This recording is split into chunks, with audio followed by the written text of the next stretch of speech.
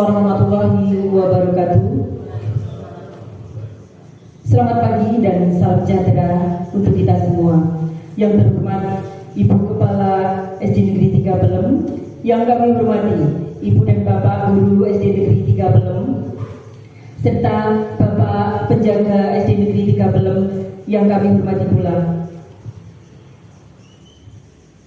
Kami ucapkan selamat datang dalam acara spesial, yaitu diseminasi menyebarkan pemahaman dan penerapan budaya positif di sekolah yang akan disampaikan oleh Bapak Listiono. Kepada Bapak Listiono, kami persilakan.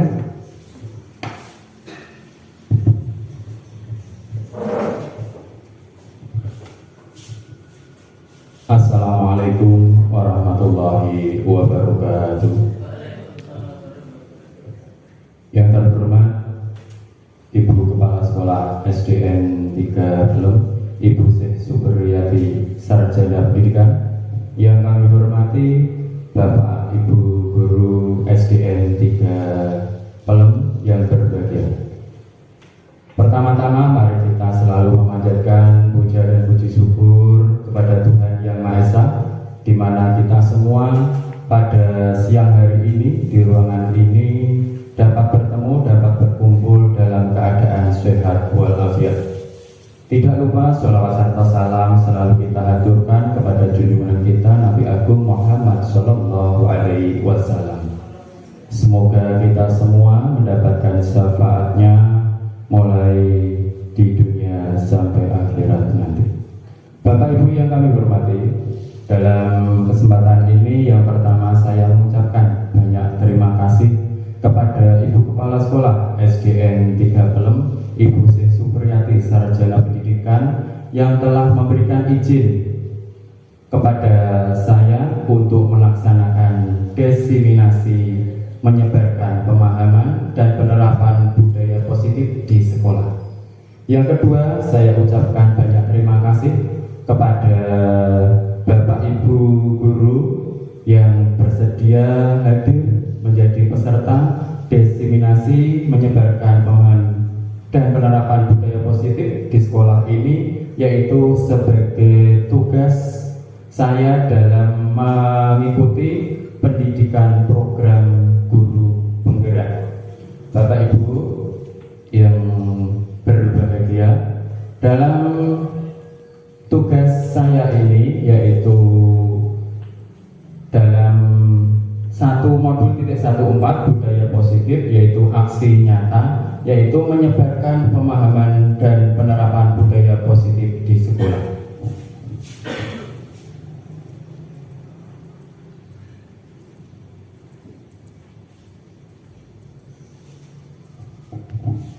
Perkenalkan, dalam saya mengikuti pendidikan program guru penggerak ini, dalam modul 1 ini saya didampingi oleh fasilitator yaitu Bu Nok Mujiati.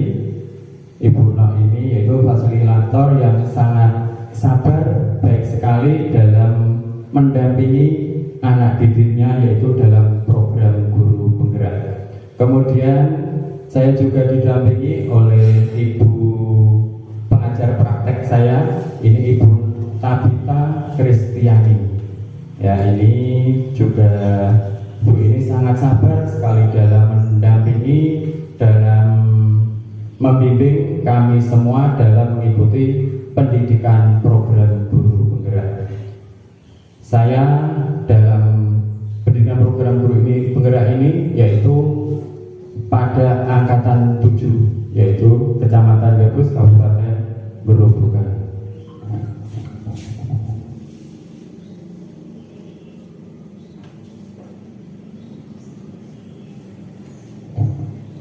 Bapak Ibu, di sini nanti akan saya akan menyampaikan yaitu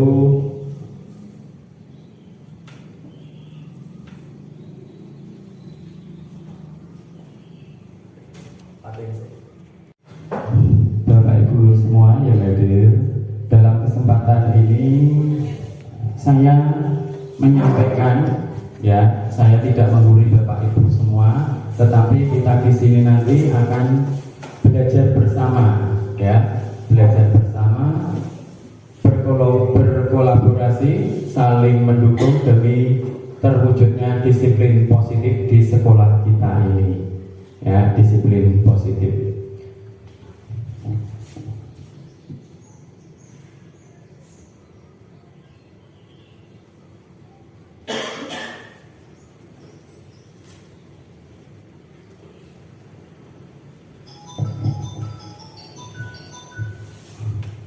Konsep utama modul budaya positif di sini nanti kita akan membahas yaitu satu, perubahan paradigma belajar, kemudian yang kedua disiplin positif, yang ketiga yaitu kebutuhan dasar manusia, selanjutnya yaitu motivasi perilaku manusia, selanjutnya posisi kontrol, keyakinan kelas, yang terakhir yaitu segitiga restitusi.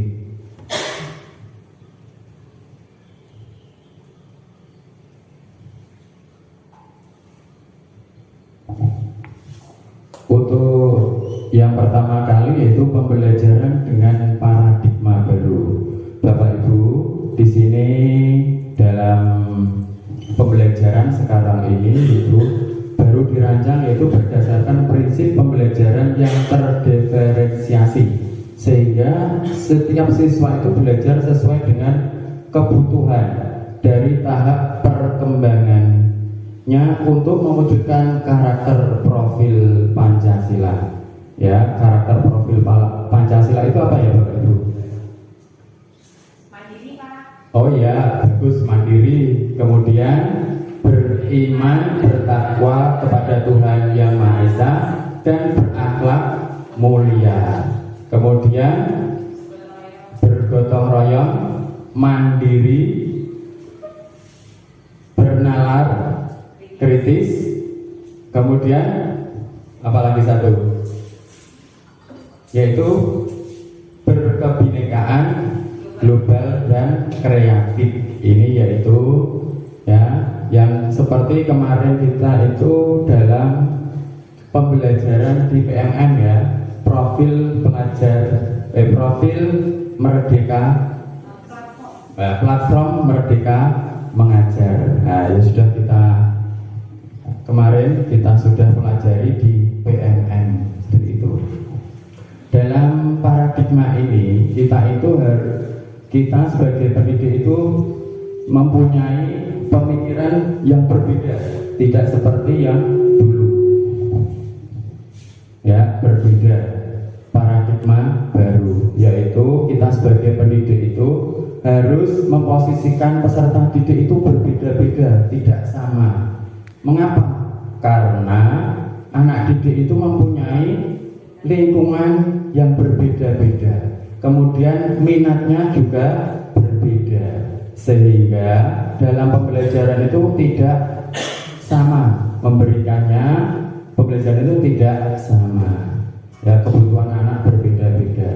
Jadi sebagai pendidik kita itu dituntut untuk selalu memberikan pengajaran ya kepada anak didik itu semaksimal mungkin mengerti apa yang diinginkan siswa. Saya ambil contoh, misalnya kita itu mengajar matematika. Nah, dalam mengajar matematika itu anak-anak itu mudah sekali untuk mengerti. Misalnya dalam berhitung, ya, berhitung. Kemudian anak si B itu sulit atau lama dalam memahaminya. Ya. Karena apa? Mungkin dari anak yang cepat tadi itu dari lingkungan, mungkin orang tuanya penjual atau toko, itu sangat mempengaruhinya. Dan yang satunya mungkin orang tuanya itu dari keluarga petani, nah, sehingga lama untuk memahami hitung berhitung. Nah, untuk itu kita sebagai pendidik itu harus ya memberikan pengajaran yang berbeda, tidak harus disamakan dengan anak satu dengan yang lainnya, seperti itu. Kemudian misalnya dalam kita melatih anak membaca. Nah, mungkin anak A itu dari keluarga yang orang tuanya sebagai pendidik atau dari orang tuanya itu berpengalaman atau berwawasan luas, kemudian dengan anak biasa misalnya orang tuanya itu ya petani, mungkin merantau. Nah, jadi anak itu mungkin di rumah kurang perhatiannya, pasti dalam pembelajaran membaca anak itu dalam pemahamannya juga berbeda. Untuk itu kita dalam mendidik anak ya kita membutuhkan perbedaan, tidak sama seperti itu.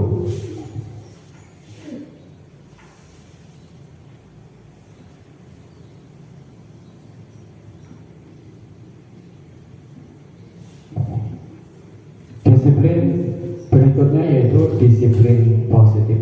Dalam budaya kita, makna kata disiplin itu dimaknai sebagai sesuatu yang dilakukan seseorang pada orang lain untuk mendapatkan kepatuhan, dan hal itu menimbulkan ketidaknyamanan dikarenakan disiplin dilakukan dengan pemaksaan.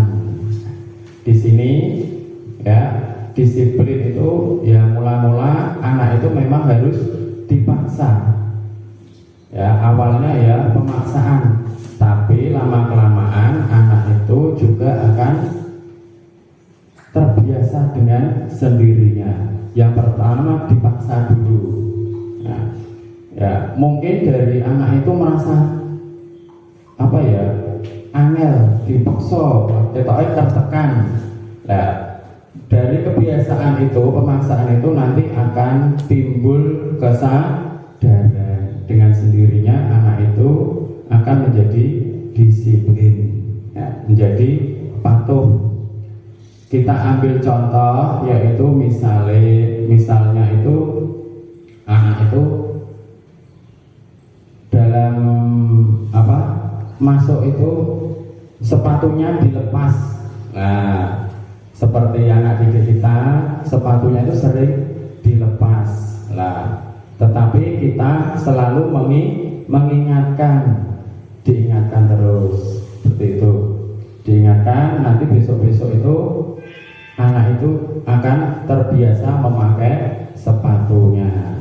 Ya, selanjutnya yaitu sebagai seorang pendidik, tujuan kita adalah menciptakan anak yang memiliki disiplin diri sehingga mereka bisa berperilaku dengan mengacu pada nilai-nilai kebajikan universal dan memiliki motivasi intrinsik bukan ekstrinsik. Nah, ini sebagai pendidik kita itu harus menanamkan kepada peserta didik, yaitu untuk berperilaku dengan mengacu nilai-nilai kebajikan universal. Nilai-nilai kebajikan universal itu contohnya seperti kejujuran, tanggung jawab, kemudian mandiri, kepemimpinan, semangat. Ini nilai-nilai kebajikan universal.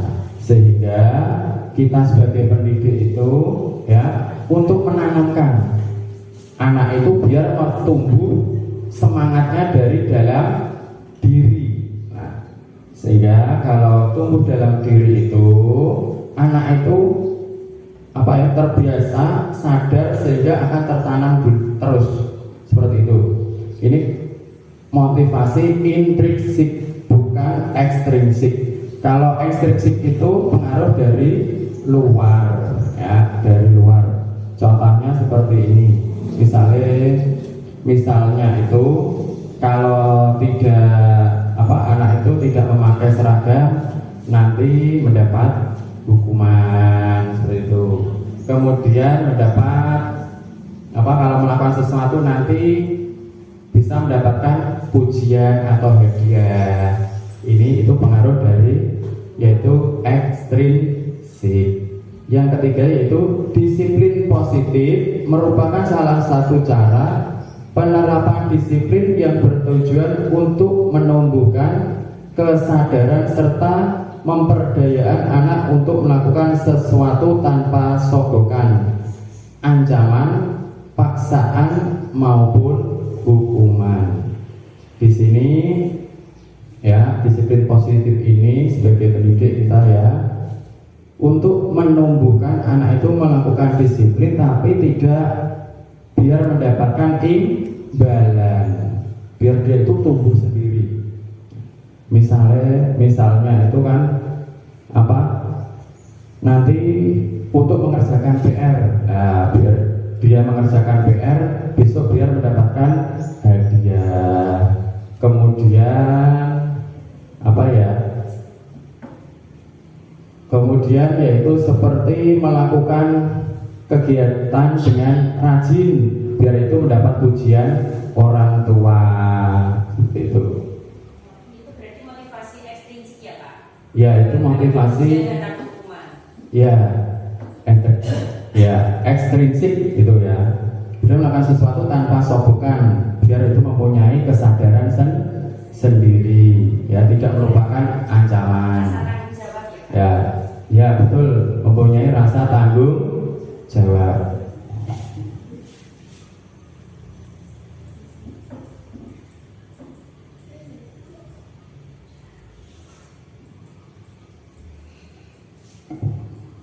Selanjutnya yaitu kebutuhan dasar manusia. Kebutuhan dasar manusia yang pertama yaitu bertahan hidup, ya, bertahan hidup. Yang kedua yaitu kasih sayang dan rasa diterima, penguasaan, kebebasan, kesenangan. Untuk bertahan hidup ini contohnya untuk apa ya? Makan, minum, kemudian bernapas. Nah, ini bertahan hidup. Berhati-hati. Ya, berhati-hati, betul. Menghindari ancaman juga bertahan hidup ya Pak. Menghindari ancaman. Ya. Menghindari hambatan. Ya, betul. Ya, itu bertahan hidup. Kemudian kasih sayang dan rasa diterima. Ya, kebutuhan dasar manusia. Yang kedua kasih sayang dan rasa diterima. Ya, untuk kita semua pasti itu membutuhkan kasih sayang dan rasa diterima oleh misalnya sekelompok atau keluarga. Kasih sayang kita itu membutuhkan kasih sayang orang tua. Kalau bersama teman juga kasih sayang dengan teman. Dengan murid itu juga ya kasih sayang dan rasa diterima. Kemudian penguasaan, ya, penguasaan ini juga merupakan kebutuhan dasar. Semua orang itu pasti ingin mempunyai penguasaan. Misalnya seperti di keluarga, ya, ayah itu ingin menguasai keluarganya. Kemudian di kelas bapak ibu guru menguasai kelasnya. Kemudian ya contoh lagi, misalnya anak itu dalam menerima pembelajaran ingin menguasai materi. Ini kebutuhan dasar manusia juga. Kemudian kebebasan ini saya ambil contoh ya, semua manusia itu pada umumnya juga ingin bebas, ya, bebas tapi bebas tidak kebablasan, bebas yang terarah, bebas yang positif, itu ya kebebasan. Ya, contoh kebebasan yaitu kita bermain, ya, bermain itu bebas, tetapi bebasnya itu yang terarah, yang tidak berbahaya. Kemudian seperti kalian belajar atau mencari wawasan itu bebas, kita bisa browsing sangat mudah sekali, bebas kita mau melihat apa saja itu bebas, seperti itu. Kemudian kebutuhan dasar manusia yaitu kesenangan. kesenangan ini, ya, semua orang itu pasti membutuhkan kesenangan. Ya, senang, anak didik juga senang, membutuhkan kesenangan, bermain dengan temannya, ya, bergaul. Kemudian bapak ibu guru juga membutuhkan kesenangan, ya, berolahraga, misalnya itu rekreasi, itu merupakan kebutuhan dasar manusia.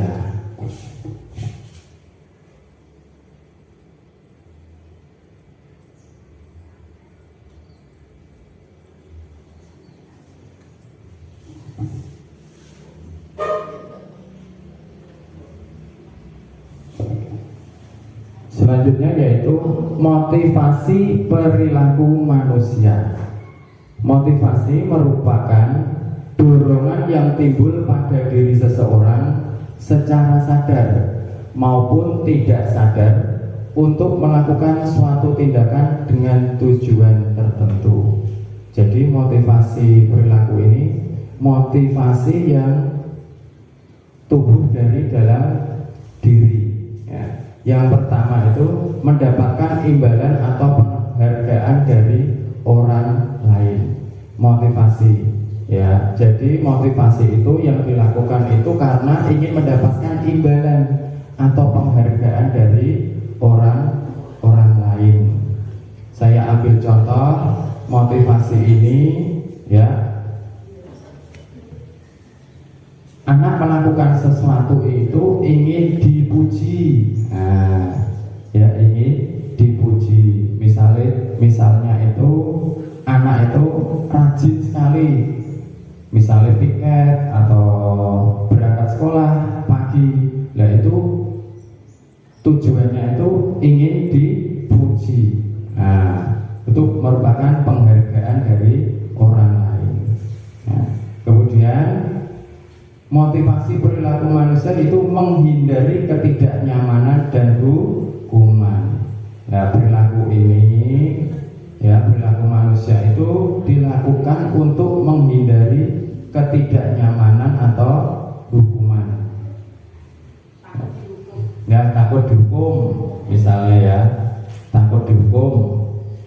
Anak itu mengerjakan PR, ya, misalnya anak itu mengerjakan PR itu karena takut dihukum, ya, tidak berdasarkan tanggung jawabnya, ingin mengerjakan sendiri, tidak. Karena itu anak itu ingin mengerjakan PR karena tidak ingin dihukum. Kemudian saya ambil contoh lagi seperti anak itu apa, ya, seperti apa, ya, tidak dalam memakai seragam itu anak tidak rapi, bajunya dikeluarkan, itu dia itu menghindari itu, melakukan bajunya itu karena ingin apa, biar tidak dihukum. Kemudian yaitu menghargai nilai-nilai kebajikan diri sendiri. Nah, ini yang paling tinggi, dia itu seseorang melakukan sesuatu perilaku itu karena dasar apa, dari dalam dirinya. Rasa tanggung jawab kepada diri Ya, sendiri. betul, rasa tanggung jawab pada diri sendiri, seperti itu.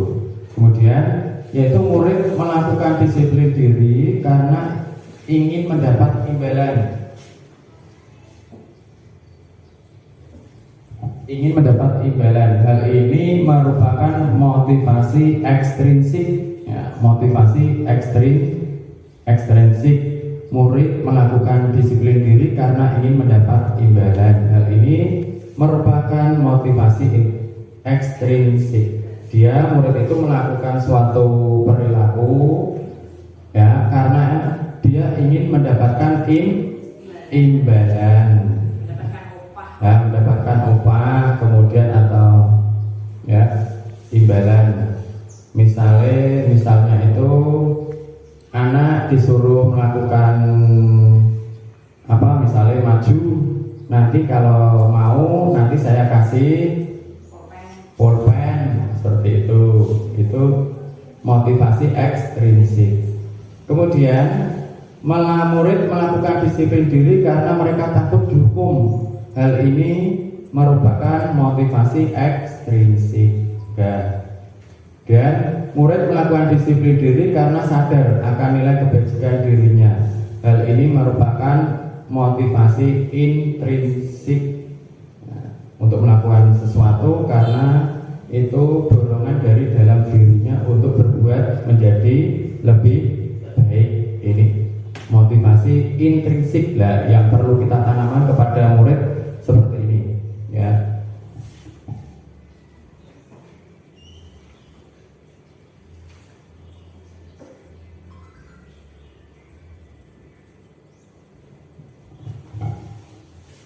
Selanjutnya yaitu konsep disiplin dengan identitas gagal. Ini konsep disiplin dengan identitas gagal, yaitu hukuman. Hukuman bagi murid itu menyakitkan. Tidak murid semuanya itu pasti menyakitkan, tidak nyaman. Kemudian ketakutan murid memaksa menyembunyikan kesalahan. Murid menjadi rendah diri, ya. Hukuman ini seperti menyakitkan itu bila murid melakukan kesalahan kemudian dihukum itu seperti lari lapangan 10 kali atau push up 20 kali.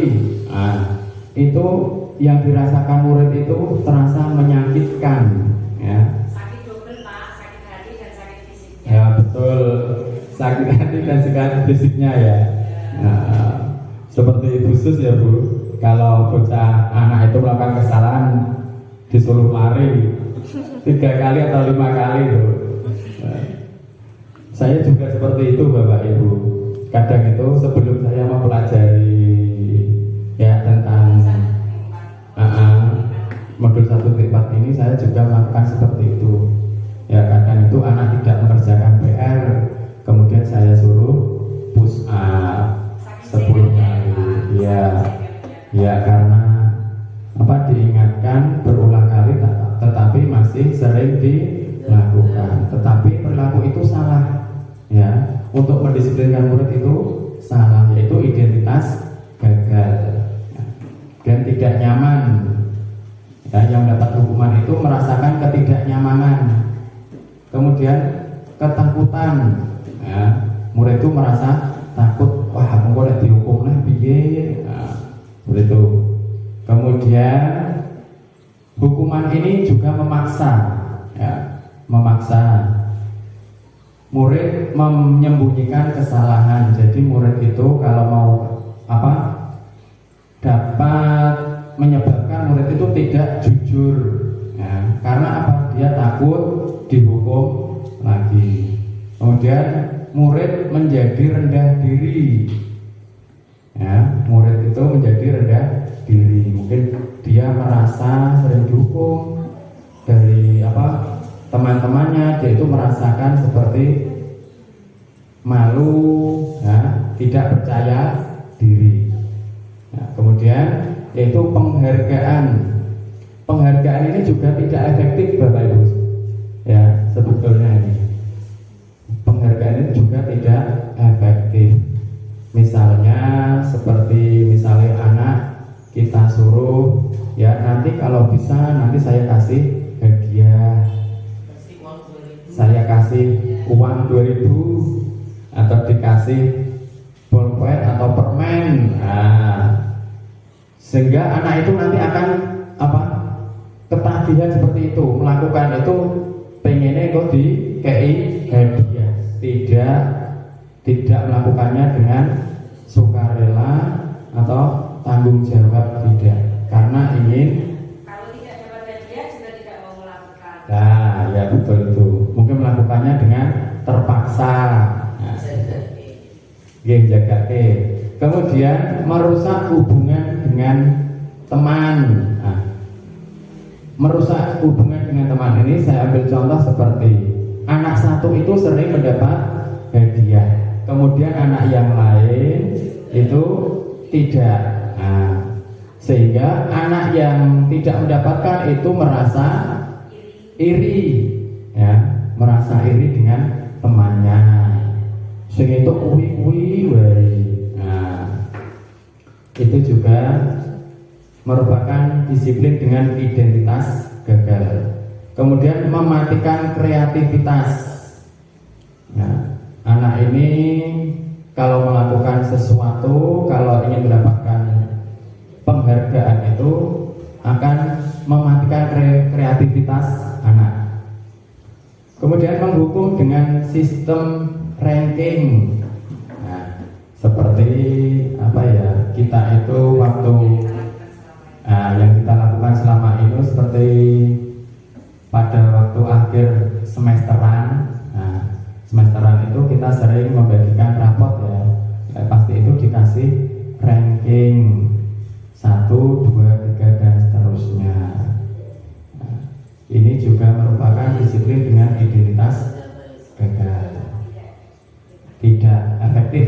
Kemudian merampas hak menghargai dirinya, sehingga dia itu melakukan karena ingin mendapatkan penghargaan. Ini merupakan merampas hak menghargai dirinya sendiri karena tidak dilakukan dengan kesadarannya, tanggung jawabnya, seperti itu.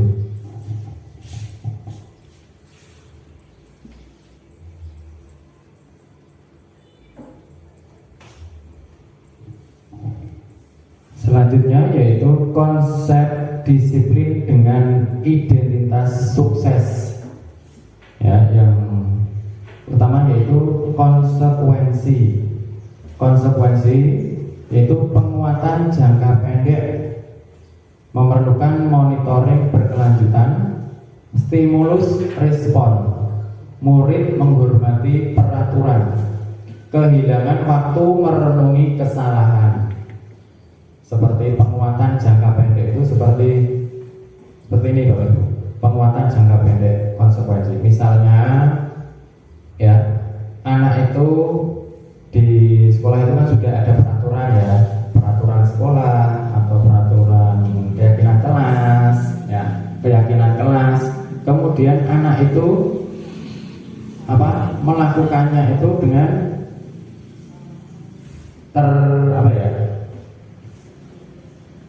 penguatan jangka pendek ya. Anak itu menunggu disuruh, kemudian konsekuensi, kemudian memerlukan monitoring berkelanjutan, perlu diawasi terus, dimonitoring, diamati anak itu untuk melakukan kedisiplinan. Kemudian stimulus respon ya, stimulus respon itu anak itu melakukan dan ada tanggapan atau melakukan memberikan rangsangan. Kemudian murid menghormati peraturan ya, murid itu melakukan untuk menghormati peraturan. Kehilangan waktu untuk merenungi kesalahan. Jadi murid itu dalam melakukan kesalahan itu ya, dalam melakukan kesalahan tidak dilakukan dengan untuk memperbaikinya, untuk berpikir bagaimana untuk memperbaikinya ya, karena itu sudah ada konsekuensi atau keyakinan yang dilanggar gitu. Kemudian restitusi ini murid bertanggung jawab atas perilakunya. Yang kedua, fokus pada pemecahan masalah, murid menghormati dirinya dan orang lain. Kemudian teori kontrol diri sendiri, yang memegang kontrol, murid menjadi bersemangat. Nah, dalam restitusi ini murid bertanggung jawab atas perilakunya, yaitu disiplin. Dengan identitas sukses ini restitusi yaitu murid itu bertanggung jawab apa yang telah dilakukannya, dapat menanggung resiko ya. Kemudian fokus pada pemecahan masalah ya. disiplin ini yaitu murid fokus kemudian dapat memecahkan masalahnya. Ya, masalahnya apa? Itu dapat memberi ya itu berpikir sendiri mengatasi masalah.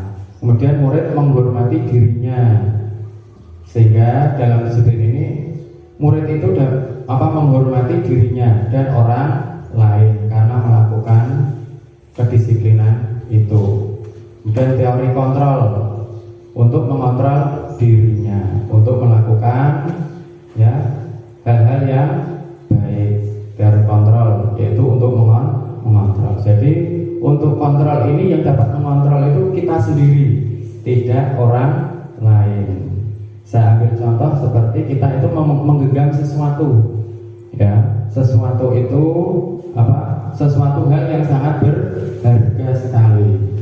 Kemudian teman yang lain itu ingin membuka, mungkin dengan berbagai cara, tetapi karena itu merupakan yang sangat berharga, ya, yang dapat membuka itu juga kita sendiri. Kalau dia itu mau membuka, berarti itu dengan izin dirinya sendiri. Kemudian murid bersemangat. Nah, jadi murid itu dalam melakukan ini, murid itu bersemangat dalam melakukan sesuatu hal.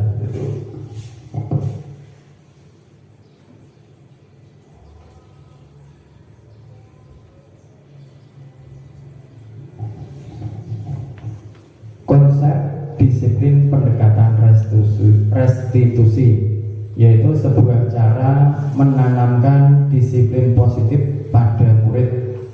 Pengertian restitusi merupakan proses menciptakan kondisi bagi murid untuk memperbaiki kesalahan mereka sehingga mereka bisa kembali pada kelompok mereka dengan karakter yang lebih kuat. Ini pengertian restitusi, yaitu pemecahan masalah. Kemudian ciri-ciri restitusi yaitu bukan menebus kesalahan, namun belajar dari kesalahan, memperbaiki hubungan, tawaran bukan paksaan, menuntun untuk melihat ke dalam diri, mencari kebutuhan dasar yang mendasari tindakan, fokus pada karakter, menguatkan murid pada fokus pada solusi. Ini yaitu konsep disiplin pendekatan restitusi untuk menanamkan kedisiplinan positif kepada murid. Ya. Seperti ini proses menciptakan kondisi bagi murid untuk memperbaiki kesalahan mereka sehingga mereka bisa kembali pada kelompok mereka dengan karakter yang lebih kuat. Contohnya seperti ini. Misalnya anak itu melakukan kesalahan, ya, kesalahan itu, kemudian anak itu dapat mencari solusinya. Solusinya bagaimana cara memperbaikinya. Ya, ini.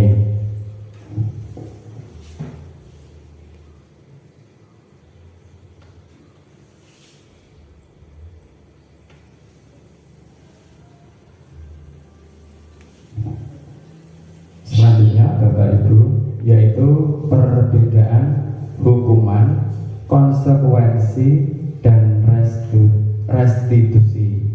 Yang pertama yaitu hukuman. Guru itu marah-marah dan murid menjadi takut. Ya, kadang-kadang kalau murid melakukan kesalahan, kita itu dalam menghukum murid itu dengan marah-marah atau suara yang tinggi, ya, suara yang tinggi yang keras sehingga murid itu akan menjadi takut, pedih. Kemudian guru menghukum murid untuk berlari keliling lapangan.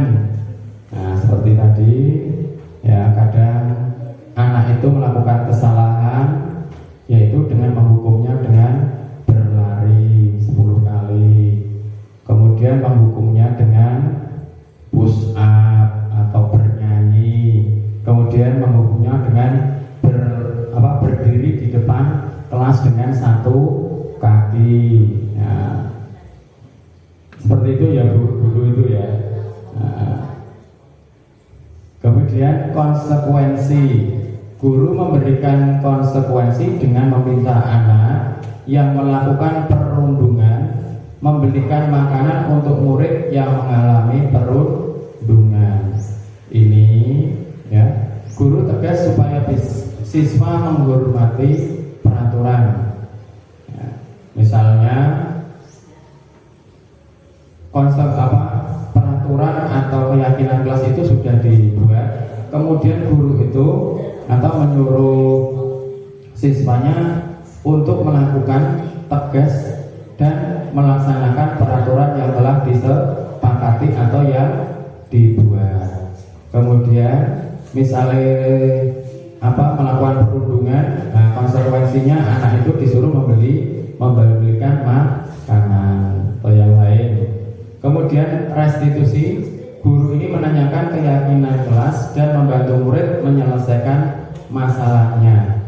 Di sini ya, untuk siswa dalam yang melakukan kesalahan itu, guru itu membantu murid untuk mencari solusi permasalahan yang telah dilakukan, ya, menyelesaikan masalahnya. Kemudian guru terbuka sehingga siswa tidak merasa dipermalukan dan merasa lebih percaya diri dan bertanggung jawab. Ya, yang membuat siswa itu lebih percaya diri dan bertanggung jawab. Ini kalau siswa itu melakukan kesalahan, pendekatannya kita menggunakan pendekatan restitusi. Nah, pendekatan restitusi ya. Kemudian anak itu merasa lebih percaya diri. Mungkin anak itu melakukan kesalahan, kemudian kita panggil waktu tersendiri, kemudian kita ajak bicara untuk menyelesaikan masalahnya, solusinya siswa itu sendiri. Ya, seperti saya ambil contoh itu seperti anak yang sering terlambat ke sekolah. Ya, sudah diingatkan 1, 2, 3 kali masih melakukan terus. Kemudian kita panggil tersendiri untuk melaksanakan pendekatan restitusi ya, untuk menyelesaikan permasalahan anak. Anak itu kita tanya, ya, mengapa kok sering terlambat terus? Nah, kemudian ya, kita stabilkan identitas, yaitu ya, anak itu melakukan kesalahan itu pasti mempunyai alasan seperti itu. Sehingga nanti anak itu dapat mencari solusinya sendiri dan bertanggung jawab.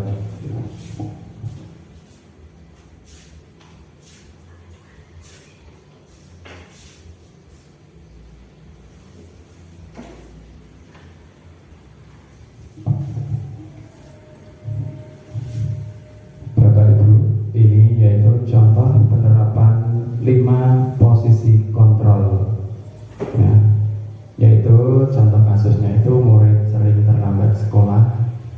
Yang pertama itu penghukum, penerapan posisi kontrol ya, penghukum, patuhilah peraturan sekolah dan berdiri di depan kelas sampai waktu istirahat. Contohnya anak itu melakukan kesalahan, ya, kesalahan dengan cara kita memberi hukuman, ya, memberi hukuman. Berarti yang contoh yang dikatakan gurunya ya Pak? Iya. Patuhilah peraturan sekolah. Iya, itu patuhilah peraturan sekolah dan berdiri di depan kelas sampai waktu istirahat. Kemudian pembuat rasa bersalah. Sudah berapa kali Bu Guru memberitahu kamu, Bu Guru kecewa dengan kamu. Ini dengan suara halus, tetapi anak itu akan merasakan merasa bersalah sendiri, ya. Sudah berapa kali ya Pak Guru atau Bu Guru memberitahu kamu, kok kamu masih melakukannya terus. Pak Guru merasa kecewa dengan kamu. Kemudian teman, ya, sebagai misalnya guru itu memposisikan sebagai teman. Ayolah, jangan terlambat lagi ya, buatlah Bu Guru bangga sama kamu.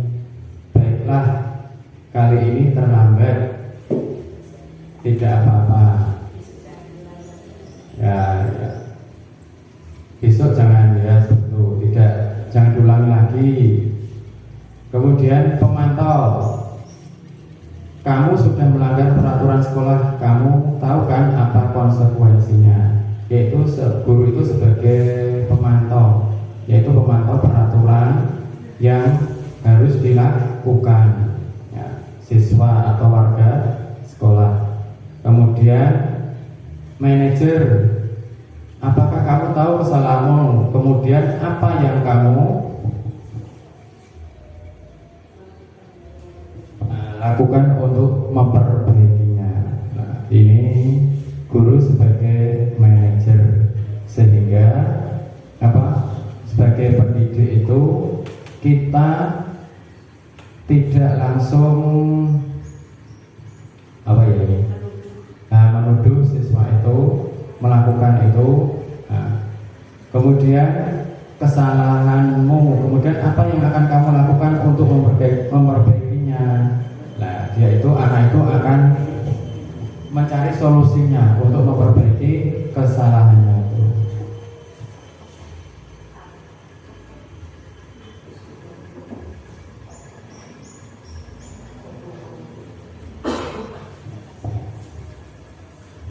Berikutnya yaitu keyakinan kelas.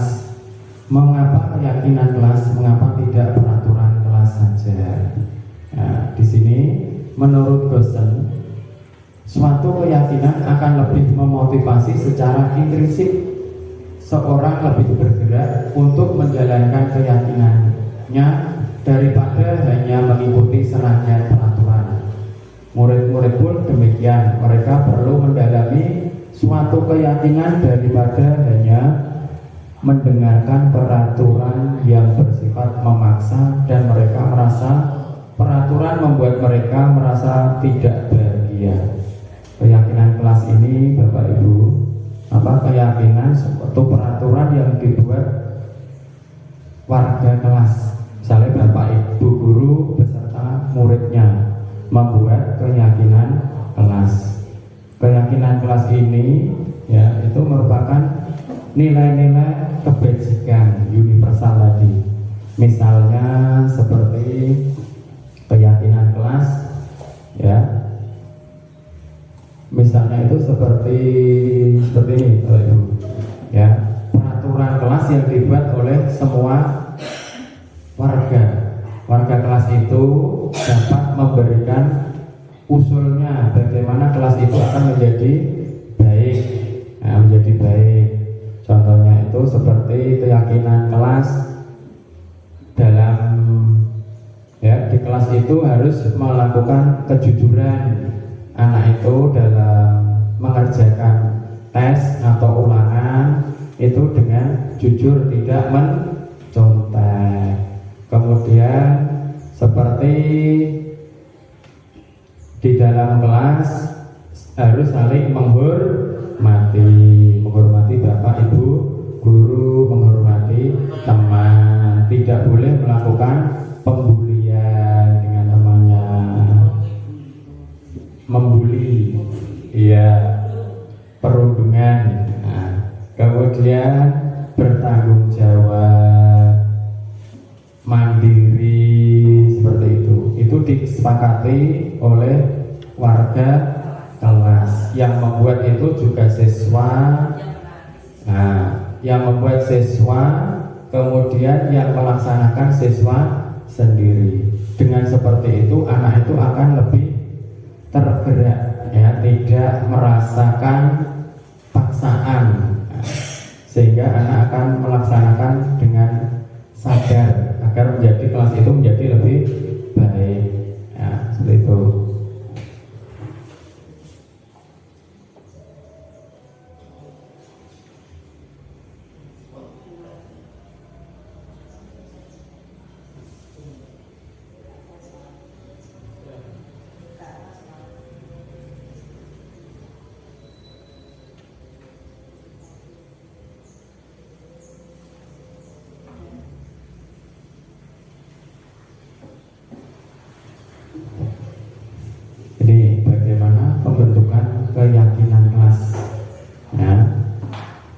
keyakinan kelas ini lebih abstrak dari peraturan, ya. Kemudian berupa pernyataan universal, dibuat dalam bentuk positif, sedikit saja agar mudah diingat, sesuai dengan kondisi kelas dan sekolah agar mudah diterapkan. Semua warga kelas atau sekolah dilibatkan saat membuat keyakinan kelas. Jadi keyakinan kelas ini lebih abstrak atau lebih luas, tidak seperti peraturan, ya, untuk melakukan. Kemudian berupa pernyataan universal. Pernyataan universal misalnya bertanggung jawab, mandiri, kejujuran, seperti itu. Dibuat dalam bentuk positif yang baik. Kemudian sedikit saja agar mudah diingat. Jadi keyakinan kelas itu sedikit saja, tidak usah banyak-banyak, ya, dalam membuat keyakinan kelas. Misalnya ya seperti tadi, kejujuran. Semua warga kelas itu harus bersikap jujur, bertanggung jawab, mandiri. Kemudian sesuai dengan kondisi kelas dan sekolah agar mudah diterapkan. Jadi kelas 1 sampai kelas 6 itu berbeda-beda, tidak sama karena kebutuhannya berbeda. Misalnya kelas 1 dan kelas 2. Nah, kelas 1 karena masih kecil juga tidak sama dengan kelas 2. Begitupun juga dengan kelas 6. Kemarin saya juga sudah membuat yaitu keyakinan kelas, ya, yang saya buat dengan anak-anak. Dengan membuat bersama anak-anak itu lebih aktif dan melaksanakan apa yang sudah dibuat bersama, itu, dan mudah diterapkan. Kemudian semua warga kelas sekolah dilibatkan saat membuat. Nah, dalam membuat, anak itu disuruh membuat keyakinan sendiri-sendiri. Kemudian kita simpulkan menjadi lebih sedikit untuk menjadi keyakinan kelas yang kita lakukan nantinya. Itu.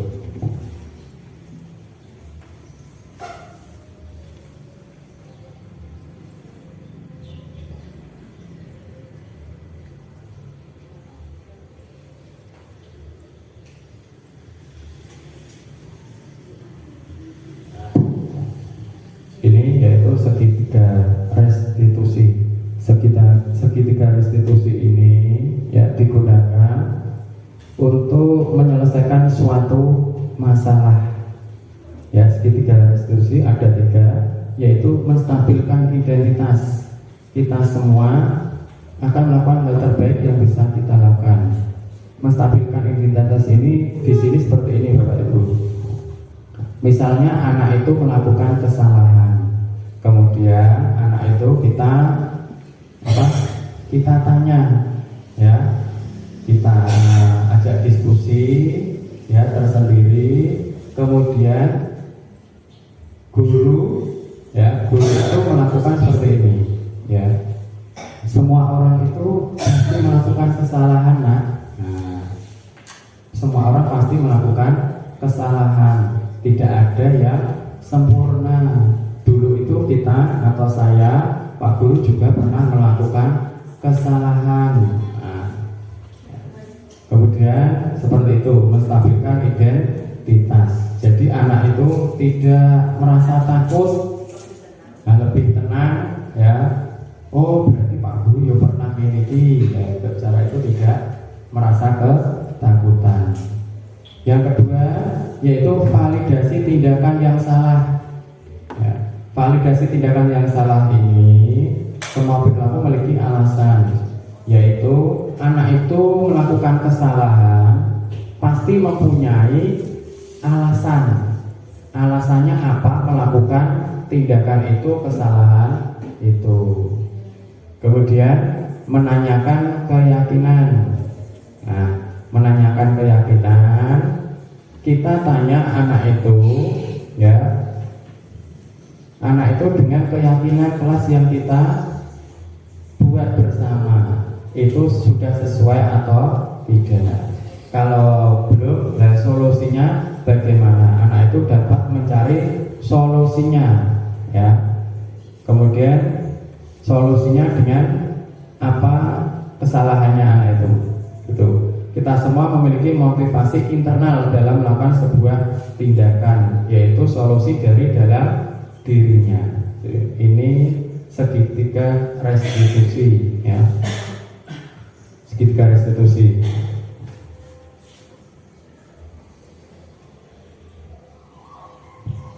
Sampai saya ambil contoh seperti segitiga restitusi yang saya laksanakan.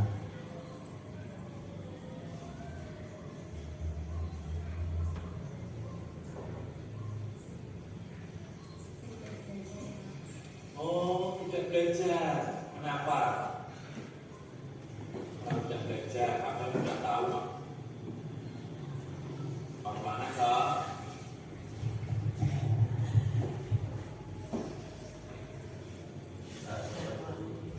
Kenapa?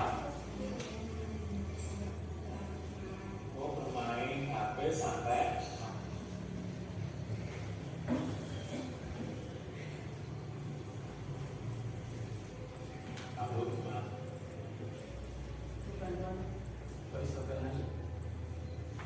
Restitusi yang saya lakukan, yaitu anak ini melakukan kesalahan yaitu mencontek, ya, mencontek karena dia tidak melakukan kejujuran, sehingga saya panggil tersendiri untuk menyelesaikan kesalahannya.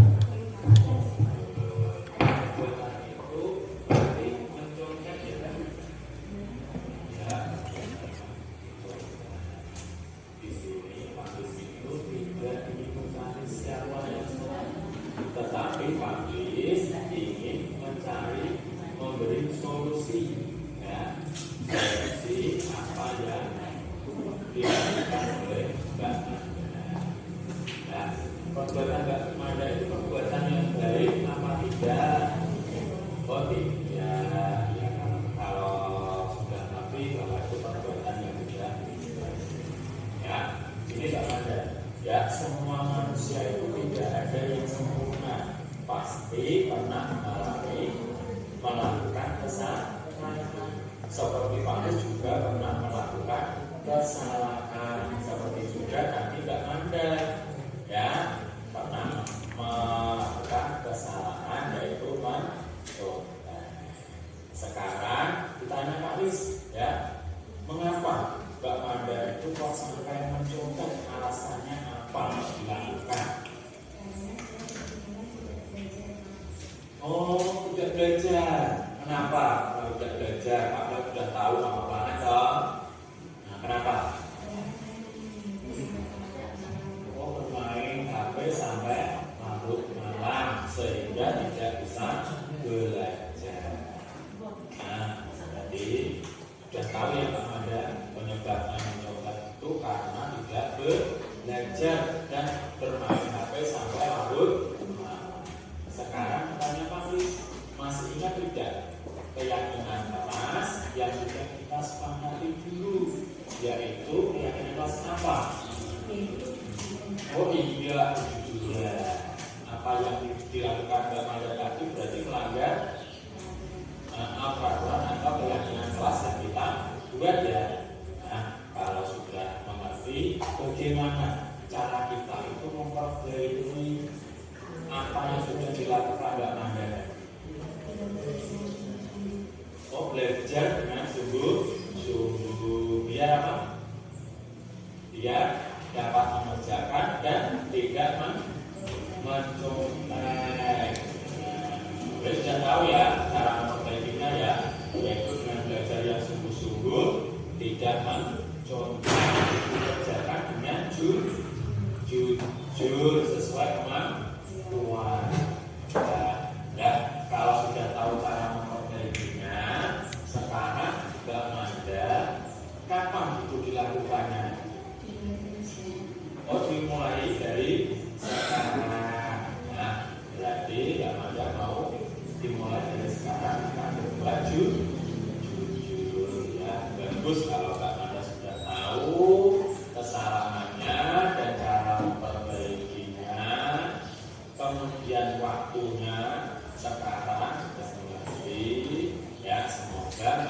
itu menjadi pribadi yang jujur, kemudian yang mandiri, bertanggung jawab dalam segala sudah jelas sekarang ya Mbak Manda ya, kalau sudah jelas sekarang Mbak Manda bisa kembali ke kelas ya cukup bisa kembali ke kelas Mbak Manda ya, sama-sama.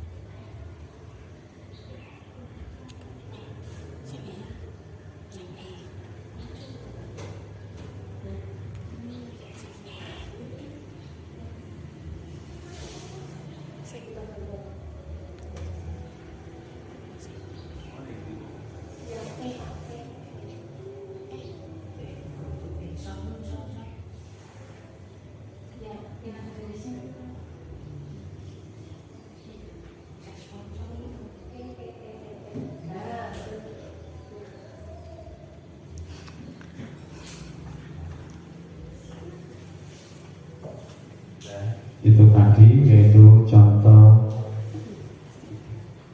yaitu untuk menyelesaikan suatu masalah pada siswa dengan menggunakan pendekatan segitiga restitusi.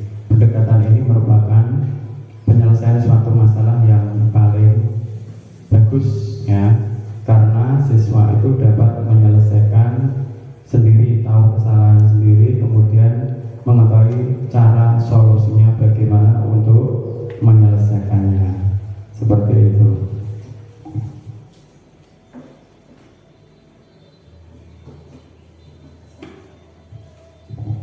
Nah, demikian Bapak Ibu tentang pemahaman budaya positif yang saya paparkan. Mungkin kalau ada pertanyaan bisa ditanyakan. Ya, silakan Bu. Terima kasih. Nah, menarik sekali apa yang telah disampaikan oleh Pak Lis tadi. Memang gini Pak, jujur saja selama ini saya masih menerapkan paradigma lama untuk menerapkan disiplin kepada anak, karena menurut saya itu anak itu untuk melaksanakan disiplin dipaksa dulu terbiasa, dan ternyata itu kurang efektif atau salah ya, karena ternyata menimbulkan trauma pada psikis maupun fisik anak. Karena tadi kalau dihukum kan merasakan seperti yang Bapak sampaikan, kalau dihukum merasakan sakit, misalnya lari keliling lapangan itu sakit fisiknya, capek, kakinya sakit, dan juga sakit hati, mungkin malu dilihat teman-temannya. Nah seperti itu ternyata salah. Selama ini yang saya lakukan memang seperti itu Pak. Pikir saya itu akan menimbulkan efek jerah kepada anak didik saya, dan ternyata itu salah. Nah, insya Allah kedepannya saya akan memperbaiki apa yang selama ini saya lakukan, yang saya anggap benar ternyata itu salah, dan semoga berguna kepada Bapak Ibu guru yang lain juga. Marilah kita perbaiki pembelajaran kita dalam apalagi dalam menghadapi anak yang melakukan kesalahan. Besok saya juga akan mencoba seperti Pak Lis untuk menerapkan segitiga restitusi. Nah, kemudian yang ingin saya tanyakan, bagaimana cara menghadapi anak yang sudah terlanjur dapat, meskipun dari dulu itu mendapatkan hukuman terus, tetapi kok tidak ada jerahnya. Kemudian apakah kalau misalnya nanti diterapkan segitiga restitusi itu akan efektif kepada anak tersebut? Terima kasih. Ya, terima kasih atas pertanyaan yang disampaikan oleh Ibu Puji. Ya, betul sekali ya, paradigma yang disampaikan oleh Ibu Puji. Saya juga seperti itu dulunya, tetapi setelah mengikuti pendidikan guru penggerak ini, saya lebih tahu dan mengerti bahwa itu kesalahan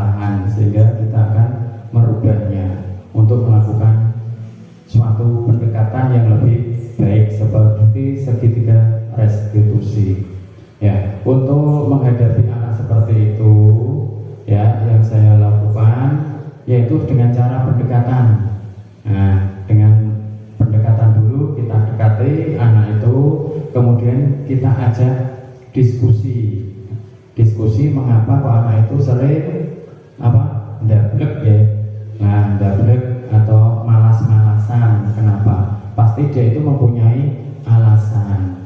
Kemudian anak itu juga setelah mengetahui alasannya, dan kita dampingi bagaimana cara untuk solusinya, menyelesaikannya, sehingga anak itu tahu dari dalam dirinya sendiri solusinya bagaimana, dan kita memberi semangat dorongan kepada siswa tersebut. Ya, dengan seperti itu lama-kelamaan anak itu akan berubah, akan menjadi lebih rajin seperti itu. Bagaimana Ibu? Cukup? Ya, terima kasih Pak, cukup. Saya ada pertanyaan lagi Pak. Ya. Gimana menghadapi anak yang biasanya itu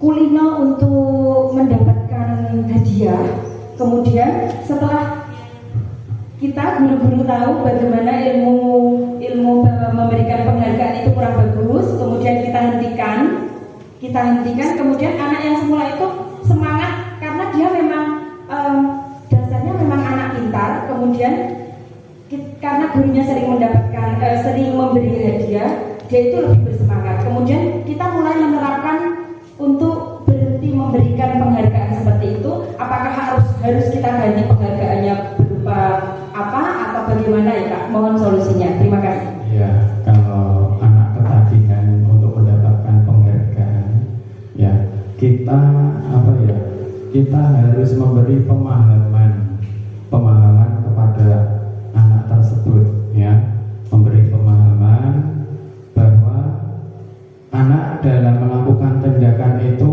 jangan berdasarkan ingin mendapatkan penghargaan, tetapi dengan rasa tanggung jawabnya dari dalam dirinya. Nah, seperti itu Ibu. Terima kasih. Ya, terima kasih Pak, cukup. Mungkin dari Bapak Ibu yang lain. Mungkin dari Bapak Ibu yang lain cukup ya? Ya, terima kasih ya. Sudah ya, ini sampai penghujung Bapak Ibu. Bapak Ibu semua, saya ucapkan banyak terima kasih atas waktunya dalam mengikuti pemahaman budaya positif, yaitu sebagai tugas saya di pendidikan guru penggerak ini. Semoga apa yang saya sampaikan dalam dalam diseminasi yang saya sampaikan ini ada manfaatnya untuk pembelajaran atau mendidik anak didik kita. Semoga apa yang kita lakukan pada siang hari ini dapat memberi manfaat kepada sekolah anak didik kita semua. Seperti itu Bapak Ibu yang dapat kami sampaikan. Ada kurang lebihnya mohon maaf. Wassalamualaikum warahmatullahi wabarakatuh.